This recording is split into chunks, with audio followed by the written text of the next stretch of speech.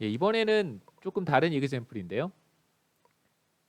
캐릭터의 형태로 결과를 얻는 것이 아니라 이제 뭐 숫자로 결과를 얻을 수 있습니다. 그래서 true면 100, false면 200을 return해라 이런 뜻이겠죠.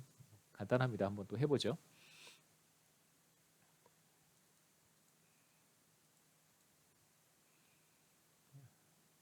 예, even 대신에 100, odd 대신에 200.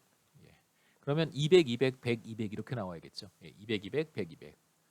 예상할 수 있는 결과고요. 그래서 결과를 우리가 확인을 했습니다.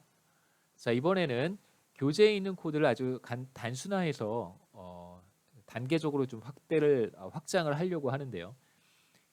교재에 있는 코드는 뭐냐면 보시면 자 이렇습니다.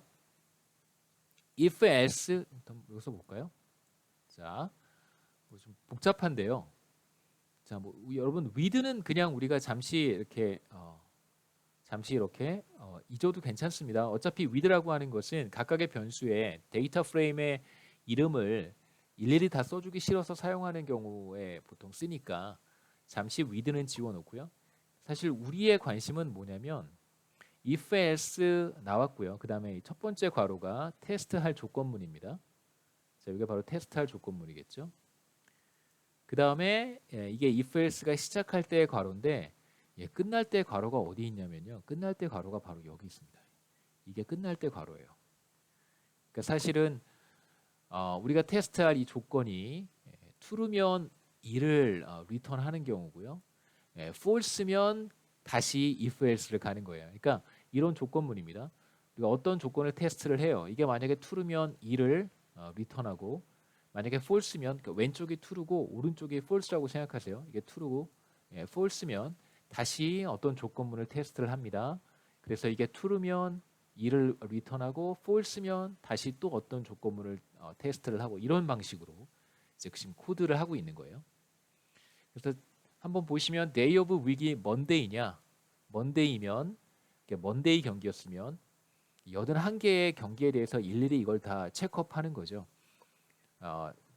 어떤 경기가 monday였으면 true면 1을 어사인을 하고 혹은 return을 하고 지금 이 경우에는 이제 어사인을 하게 되는 것입니다만 그 다음에 만약에 그렇지 않다면 이게 화요일 경기인지를 테스트하겠다는 거예요. 그렇죠? 만약에 그렇다면 그렇다면 2입니다. 2. 예, 그렇죠? 그렇다면 2를 리턴하고요. 그렇지 않다면 이게 웬스데이 경기인지를 테스트하는 거고 이게 true라면 3을 리턴하라는 것입니다. 그 다음에 false라면 다시 테스트를 해요. 이게 Thursday인지 Thursday면 4를 리턴을 하고 false면 이게 Friday인지를 테스트하고 이런 방식으로 이렇게 쭉 if else를 사용하고 있는 것입니다. if else를 굉장히 많이 사용한 것이죠. 물론 이렇게 코딩을 하는 방법도 있고 다르게 할 수도 있습니다만 이제 우리 교재의 코드를 한번 그대로 이해하는 것이 또 이번 과정의 목표니까 그대로 한번 사용해 보도록 하겠습니다. 그래서 우선 우리 간단한 형태부터 한번 보시죠. 자, 간단한 형태 제가 만들었습니다. if else라고 하고요. 그 다음에 우리가 테스트하려고 하는 조건은 바로 이것입니다. 그래서 day of week이 monday와 같다면 그렇다면 1을 return을 하고 그렇지 않다면 0을 return을 해라 이런 것입니다. 제가 한번 해보죠. 카피 앤 페이스트 해도 괜찮은데요. 자, 우리가 해야 되는 것은 if else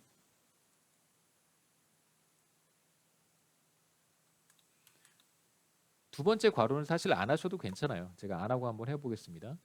다처스라고 하는 데이터 프레임에 있는 day of week이 monday와 같은가를 테스트하는 것이고요. 같으면 1, 다르면 0입니다. 지금 제가 슬라이드에는 여기 괄호를 했는데요. 이렇게 괄호를 했는데 괄호를 하지 않아도 괜찮습니다. 그래서 괄호를 일단 지우고 제가 한번 결과를 보여드리죠. 자, 보겠습니다.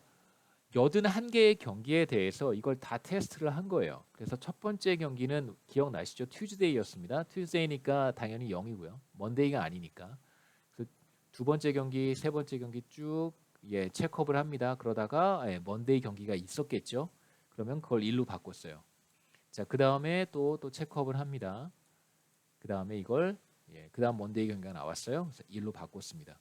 그래서 이런 새로운 뉴메릭 벡터를 하나 만든 것이죠.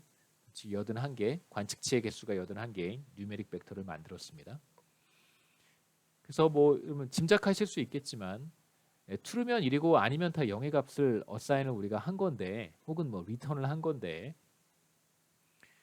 만약에 먼데이가 아닌 경기들이면 우리가 이제 그 다음에 Tuesday인지 확인을 하고, 그 다음에 Wednesday인지 확인을 하고, 이런 방식으로 쭉 진행을 하면 되겠죠.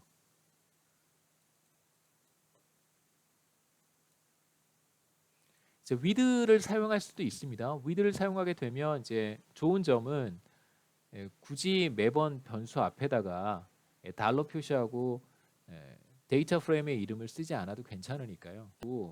이런 형태의 코딩을 별로 좋아하진 않습니다. 너무 복잡해지니까요. 그래서 뭐 굳이 with를 쓰겠다면 이런 방법으로 with를 쓰는 것도 괜찮습니다.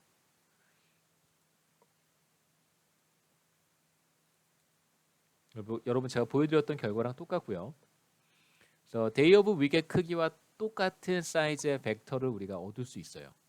모두 81개의 관측치를 갖는, 혹은 사이즈가 81인 벡터를 우리가 얻을 수 있습니다. 자, 이번에는 조금 더 연장을 해서 day of week이 monday이면 1의 값을 갖고 tuesday이면 2의 값을, 그렇지 않으면 monday도 아니고 tuesday도 아니면 0의 값을 갖도록 한번 코딩을 해보겠습니다. 그래서 여기에서 이제 괄호만 여러분 조심해서 보시면 돼요. 첫 번째 if else의 괄호가 이렇게 하나 있는데, 이 괄호가 어디에서 끝나냐면 여기서 끝나고요. 테스트할 조건문이 있습니다. true일 때 값 여기 나오고, 그 다음에 false일 때 어떻게 하냐면 다시 if else를 쓴 거예요. 보시면 이렇게.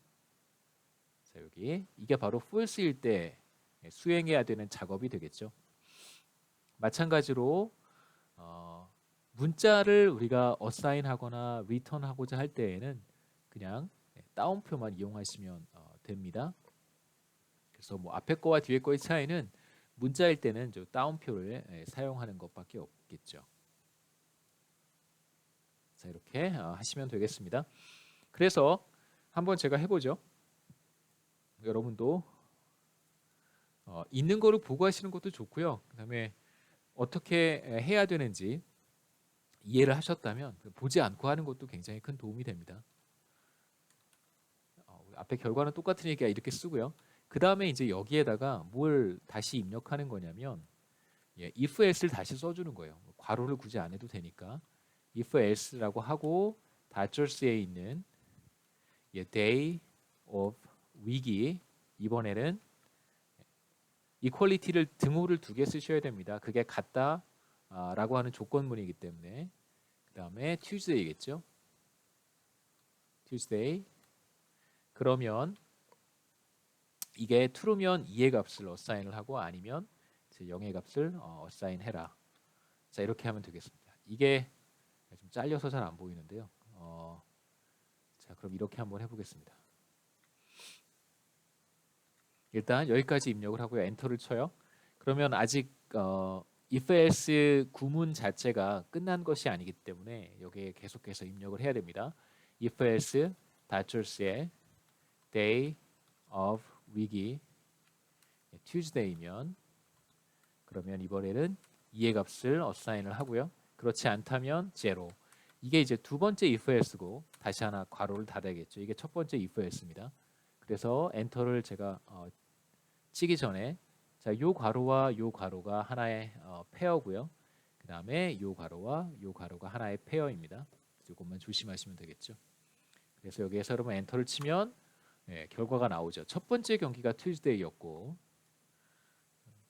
두 번째 경기는 잘 모르겠습니다. 쭉 Monday, Tuesday 둘 다 아니겠죠. 그 다음에 Monday, 그 다음에 다시 Tuesday. 자, 이런 식으로 Monday와 Tuesday에만 우리가 1과 2의 값을 어사인할 수 있습니다. 마찬가지로 길이는 똑같이 81개, 경기 81개였으니까요.